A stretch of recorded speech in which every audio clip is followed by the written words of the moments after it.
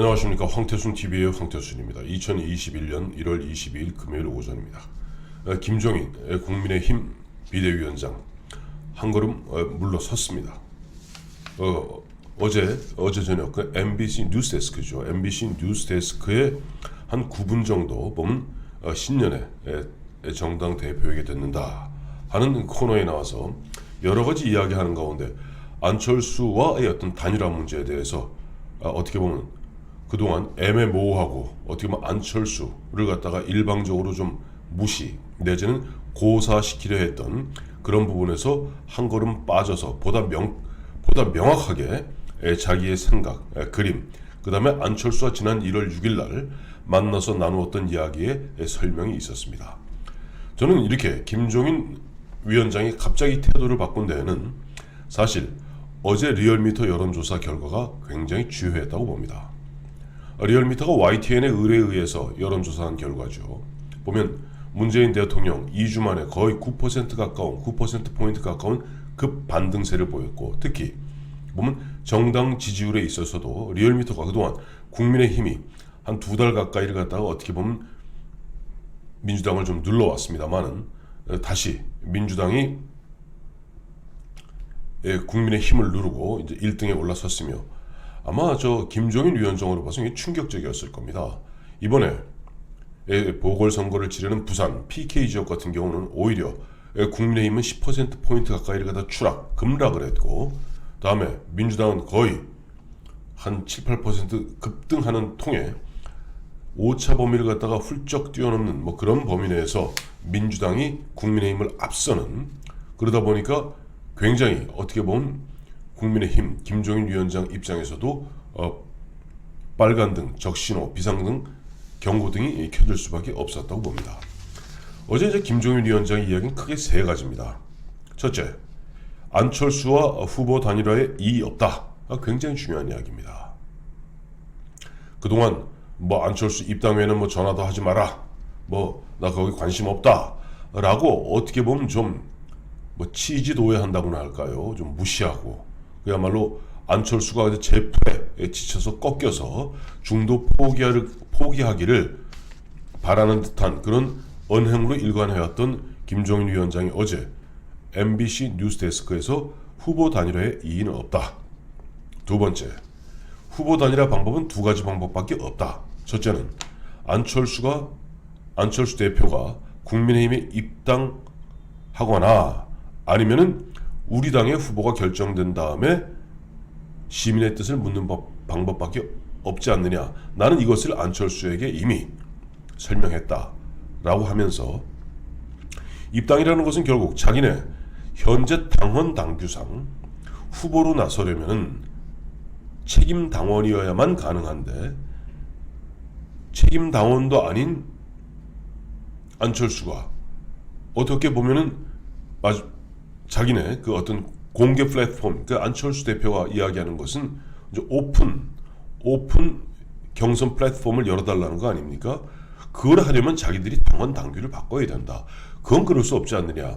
안철수 대표가 지금 보면은 공당의 대표로서 입당을 할 수 없다고 이야기하는 바와 같이 우리 입장에서도 안철수가 굉장히 강력한 경쟁자인 것만은 사실이지만은, 그렇다고 해서 안철수를 위해서 우리가 당원 당규를 바꾸어 가면서까지 그렇게 할 수는 없지 않느냐. 약간 좀 뭐랄까 뭐 호소조라고나 할까요, 설명조라고나 할까요, 평상시 김종인 위원장에게 느낄 수 없었던 그 상세한 설명이었습니다. 당초 이제 안철수 대표에게 입당해서 완샷으로 경선하는 것, 이것을 제안을 했었다는 거죠. 근데 현실적으로 이제 입당해서 완샷으로 경선을 물 건너 갔습니다. 이미 어제 월화 수목 나흘간에 걸쳐서 국민의힘 서울시 시장 후보로 14명이 후보로 등록했고, 부산시장으로 9명이 등록했습니다. 여기에서 만약에 뭐 중간에 일단 예비 경선 통해서 4명으로 압축했는데 거기에 안철수가 뛰어든다 그러면 아마 그 예비 경선에서 탈락한 사람들이 당원 당규를 문제 삼아서 아마 크게 분란이 일어날 가능성이 크니까, 사실 현실적으로 지금 안철수 대표가 국민의힘 공개 플랫폼을 열어서 들어가는 것은 이제 현실적으로 불가능하다는 부분을 갖다가 어제 김종인 위원장은 소상히 설명하는 그런 입장이었습니다. 그런 가운데 김종인 위원장은 어제 뉴스데스크에서 3월 초라고 얘기했습니다만은 중앙일보가 단독으로 특정 보도한 바에 따르면 3월 18일 후보 등록일 2주 전인 3월 4일 날 보면은 후보를 갖다 결정한다는 겁니다. 국민의힘이. 그렇다면은 그때 이제 아까 김종인 위원장 이야기대로 시민의 뜻을 물어 누가 더 후보 단일화를 갖다 이룰 수 있지 않느냐. 즉 3월 4일 이후 2주 동안에 어떠한 형태로든지 후보 단일화 가능성은 김종인 위원장이 열어놓은 겁니다. 셋째, 김종인 위원장이 그동안 쭉 일관되게 해왔던 이야기가 3자 대결 구도라도 우리는 충분히 승산이 있다고 얘기해 왔습니다. 근데 어제 앵커가 계속 그걸 물었어요. 3자 대결 구도에서 승산 자신이 있으십니까? 라고 물었더니 즉답이 안 나옵니다. 김종인 위원장이 갑자기 3자 대결 구도로 간다는 것은 단일화에 실패하고 단일화 협상에 실패했던 단일화 과정에 실패한 것을 전제로 하는 것 아니겠느냐. 그렇다면은 시민들 입장에서 누가 단일화를 깨었느냐를 갖다가 판단할 것이다. 그 얘기를 갖다 2차례 3차례 계속 얘기하고 있어요. 즉 단일화가 안 되었을 때 그 책임이 우리가 아니라 안철수에게 있을 수도 있다 라는 식의 어떻게 보면 밑자락을 까는 거죠. 그리고 거듭해서 앵커가 그래도 3자 대결 구도로 가도 정말 자신이 있으십니까? 물으니까 또 자신이 있습니다. 문재인 정부가 이러고 저러고. 그러니까 확실히 보니까 김종인 위원장이 어제 리얼미터 여론조사 결과를 보고 좀 충격을 받은 것 같습니다. 상당히 그동안 고 자세에서 좀 콧대가 조금 낮아진 느낌을 갖다 그런 느낌을 갖다 저는 강하게 받았습니다. 그리고 저는 굉장히 긍정적으로 평가합니다. 어쨌든 김종인 위원장 입장에서는 안철수와 후보 단일화에 이의 없다. 그 대명제에 대해서 찬동한 것입니다. 두 번째, 2가지 방법밖에 없는데 하나, 입당은 이미 사실상 물 건너갔으니까 남은 것은 3월 4일 자기 국민의힘 후보가 결정된 다음에 안철수와 후보 단일화 이것이 현재로 봐서는 최선이다. 이렇게 전 해석을 했고요. 세 번째, 3자 대결 구도에서도 자신 있느냐는 부분에서 이제 그 끌어넘치던 자신감은 많이 좀 상쇄된 것 같습니다. 그렇다면 사실 지금부터가 중요합니다.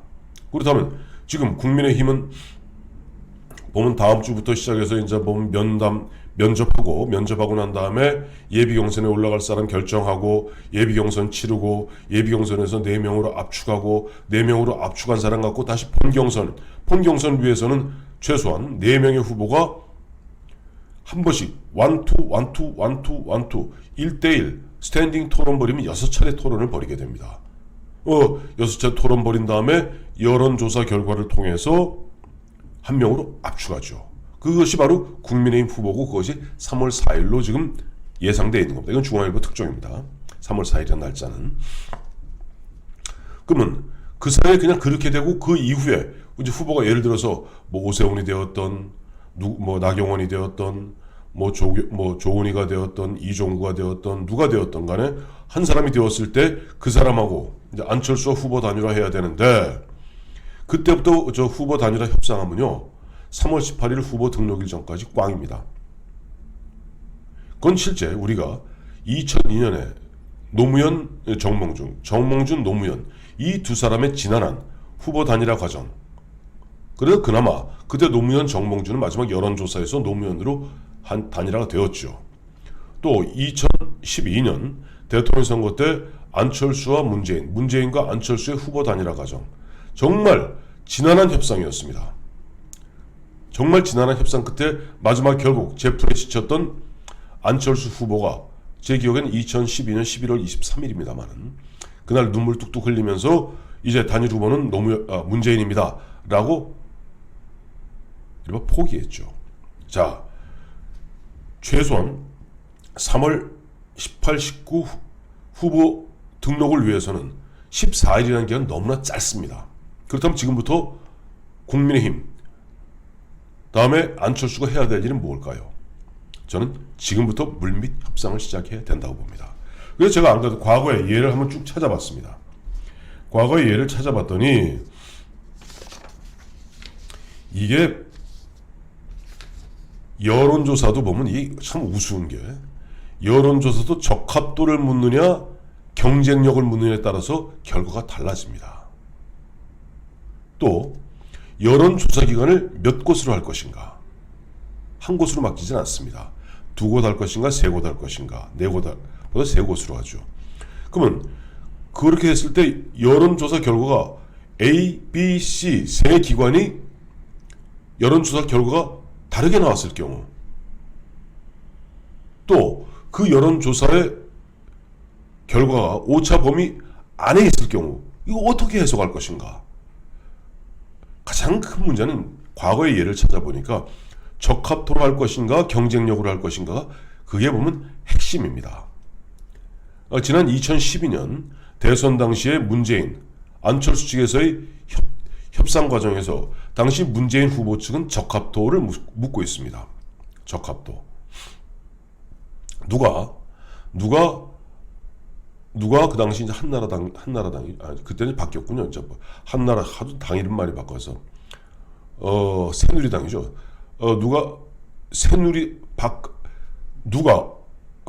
박근혜 후보와 경쟁할 후보로서 문재인과 안철수와 문재인 중 누가 적합하다고 보십니까? 라고 묻는 것하고, 박근혜 후보와 경쟁할 후보로서 안철수, 문재인, 안철수 중에 누구를 지지하십니까? 이게 결과가 이게 하늘과 땅으로 갈라집니다. 지금부터 실제 보면 국민의힘과 안철수 측에서, 국민의당 쪽에서는 이제부터는 당대당 이른바 전권 수석 대표들을 각자 임명해서 물밑 대화를 시작해야 됩니다. 이미 김종인 위원장이 단일화에 이의 없다고 얘기했고, 두 번째 3월 4일 자신들의 후보가 결정된 다음에 단일화하겠다는 뜻으로 읽히는, 그렇게 해석할 수밖에 없는 그런 이야기를 어제 했습니다. 그렇다면은 지금부터 그때 후보가 결정된 다음에 뭐 누가 협상을 시작해보자 그랬다간 협상한다고 세월 다 보내고 아무것도 안 됩니다. 그래서 3월 4일 날 후보가 결정되면은 즉각 안철수와 후보 단일화, 그 전에 후보 단일화에 관한 룰이 다 결정돼 있어야 됩니다. 그 룰에 따라서 즉시 보면은 A, B, C 세 개의 여론조사 기관을 갖다가 고르고, 그 다음에 최소한 한두 차례 후보자 간 토론은 있어야 되겠죠. 그건 과거 정몽준 노무현도 후보 등록 닷새 전에 전격적으로 후보 단일화 협의를 하고, 바로 그날 보면 그 당시 TV 토론을 합니다. 그리고 그날 밤에 또 한국갤럽이 여론조사 합니다. 그리고 그 다음 날 아주 번개불에 콩고 먹었죠. 그리고 세 개인가 여론조사 기관에서 여론조사했고, 하나는 그 당시 양측의 그 합의 사항에 따라서 역선택이 포함된 것으로 간주되는, 즉 이회창 후보의 지지율이 지나치게 낮게 나오는 뭐 그런 여론조사 결과는 폐기하고, 두 개의 여론조사 결과가 노무현 후보가 근소하게나마 정몽준 후보를 이겼기 때문에 노무현 후보가 단일 후보로 결정된 겁니다. 그러니까 이번에 3월 4일 날 후보가 결정되고, 최소한 아무래도 후보가 이제 이쪽에 국민의힘의 후보가 결정되면 그 후보가 보면 또 조금 의견을 제시하겠죠. 아무리 그 전에 룰을 만들어 놔도. 그러면 그것까지를 감안해서 최종 픽스한 다음에 여론조사기관, 객관적이고 공정한 여론조사기관에 여론조사를 맡기는 그 전 단계로서 최소한 A 후보와 그다음에 안철수 후보 간에 최소한 한두 차례 정도의 정책 토론, 비전 토론을 갖고 여론조사 결과해서 3월 18일 후보 등록일 한 닷새 전쯤인 한 3월 한 13일 정도에는 단일 후보가 나와야 됩니다. 그래야지 그때부터 그 후보도 다른 생각 없이 선거에 전념할 수 있죠. 그때 민주당 후보가 박영선이 될지 우상호가 될지 모르겠습니다만 그때부터 이제 싸움이 붙는 겁니다. 그래서 지금부터 해야 될 가장 중요한 것은 바로 국민의힘, 국민의당 양측 공이다.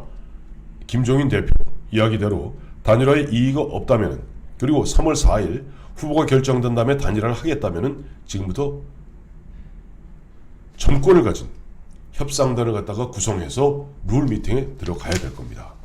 참고로 그 당시 정몽준을 꺾고 노무현 후보가 단일 후보가 되었을 때 설문은 이랬습니다.